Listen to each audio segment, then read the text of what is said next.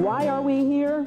Again, this is our Arbor Day celebration with the city, and it's our way to say the city of St. Petersburg supports and promotes the urban forest here in the city. It is important that we have these trees.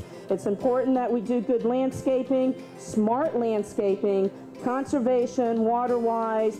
The shade's going to help you cut down on your air conditioning bill. The trees help take away stormwater runoff. There's a lot of good things, and we're here to promote that. We believe that that's important. It's important not only just for the aesthetics. Look how gorgeous our city is with all the trees and all the plants and the landscaping. So that in itself, but the benefits that it gives environmentally is outstanding, and we need to acknowledge that. The city, our administration, Parks and Recreation Department, we work very hard knowing that that urban forest is extremely important to us. So that being said, we put on this event. It's part of our Tree City USA event, and we are Tree City USA 29 years in the running. So that's something to be very, very proud of.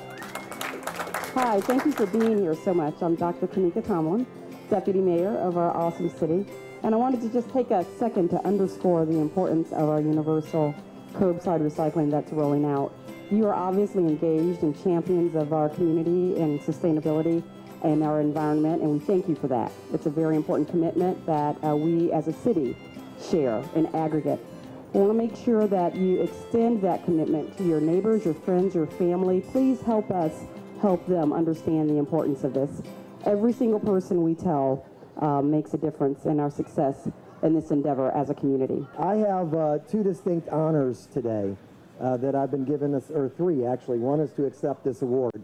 But I want to read a proclamation, and then I get to do something else that's really cool. So let me first read you this proclamation.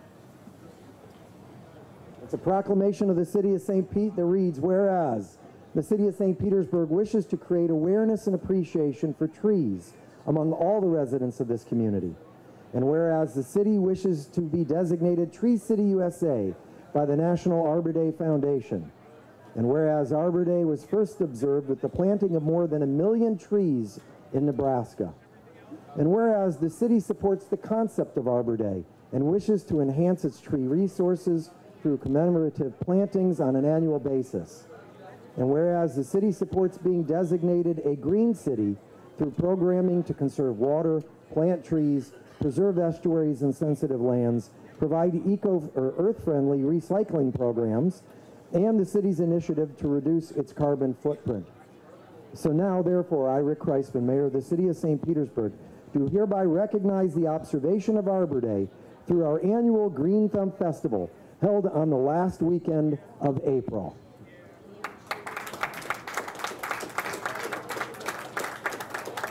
And given that we are recognizing Arbor Day, and we are recognizing the fact that we are, again, Tree City USA, I have the distinct honor of making an announcement to you all here today. We have appointed someone who has been giving to this community, I think, his entire life. The longest serving mayor in our city's history, a gentleman who served on St. Pete City Council, but more importantly, a guy who really changed the face of the city. He changed the face by planting trees everywhere throughout the city, and he changed the face of the city, I think, for our lifetime by putting an emphasis on neighborhoods and making neighborhoods relevant and making them such an important part of our community. And so today I am proud to announce that former Mayor David Fisher has been named the City of St. Petersburg's Tree Czar.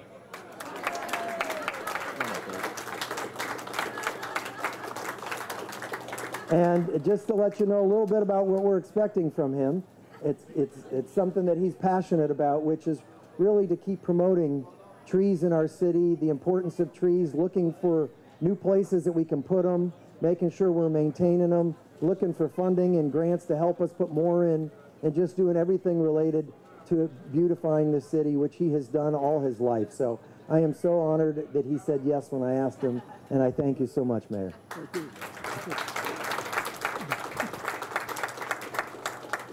First of all, if we look a little haggard right now, it's because we've been playing golf down at Twin Brooks Golf Course. He had his team, and I had my 13-year-old with my team, and I don't think the U.S. Open is threatened by our score. I appreciate the honor of being the tree czar because it's my passion. And you don't want to ride in a car with me around the city because I'm always told, oh, we could plant a few here. I've done this, I mean, for the last 15 years. I mean, since I've been mayor, I keep doing this. And people say, will you please keep your eyes on the road? But as it has been described, trees are important. Not only are they beautiful, but scientifically with the oxygen, pulling in carbon dioxide, cleaning pollutants from stormwater, shade for electricity. And there's one other thing that I read one time that was interesting, and that is the neighborhoods that have shade have less stress than neighborhoods that don't. They're calmer. So it means that we put in let's just say an oak tree. And by the way, it's not urban forestry and streetscaping is not easy in a mature city. We've got the wires, of course. We have sidewalks. So we have to be very careful how we do this. But I will say the last time we did it, only about, 1 or 3% of the trees didn't make it. They really all made it. It was a beautiful job that was being done with the trees. So I'm thrilled with this. As I say, I go around all the time saying, oh, we could have some here, we could have some here, and that type of thing. And it's important for the city. And all the tree awards that we've had is no mistake. I mean, we've earned that.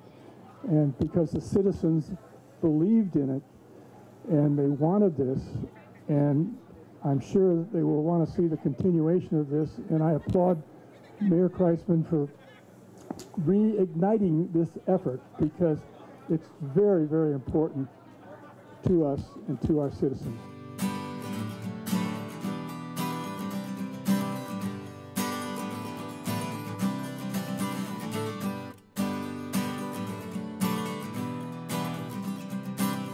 A quick tip for Florida landscaping would be finding the right plant for the right environment.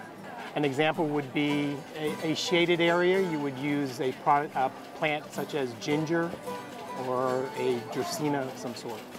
My advice for new gardeners in St. Petersburg is just choose some plants at the festival here that you like and try to grow them. The chances are they'll grow in this area.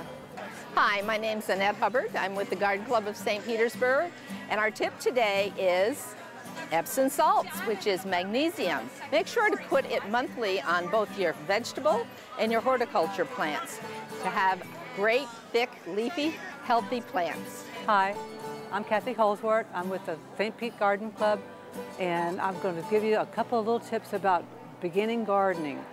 When you start to be a gardener in Florida, you need to know what kind of plant to plant, and you need to know, does it need to be watered a lot? Does it need shade? What kind of soil is best? When to plant? And usually in Florida, you can plant all year long, unless you're a vegetable. You don't want to plant certain times with those. But indoor plants are fine. Outdoor plants need probably shade or dappled shade or full sun. So read the little stake when you buy the plant or ask the person who's selling it to you, what is the best thing to do for this plant? Your quick palm planting tip for today is like real estate, it's location. Make sure that that cute little 3-gallon palm that you bought today that looks really good 2 feet from the front of your house, that's going to be 30 feet down the road, is planted farther away from your house and not under a power line. Hello, I'm Carlos Fry. I work with the City of St. Petersburg's Engineering and Capital Improvements Department. One of the things we like to try to do is teach residents about how to have a Florida-friendly yard. And one of the things we promote is the use of rain barrels and rain gardens to keep the rainwater on your site and then to use your rainwater for your plants. So your friendly Florida landscape tip today is, I like to have native plants in my yard. And they take very little water and you can use your rain barrels to help irrigate those plants.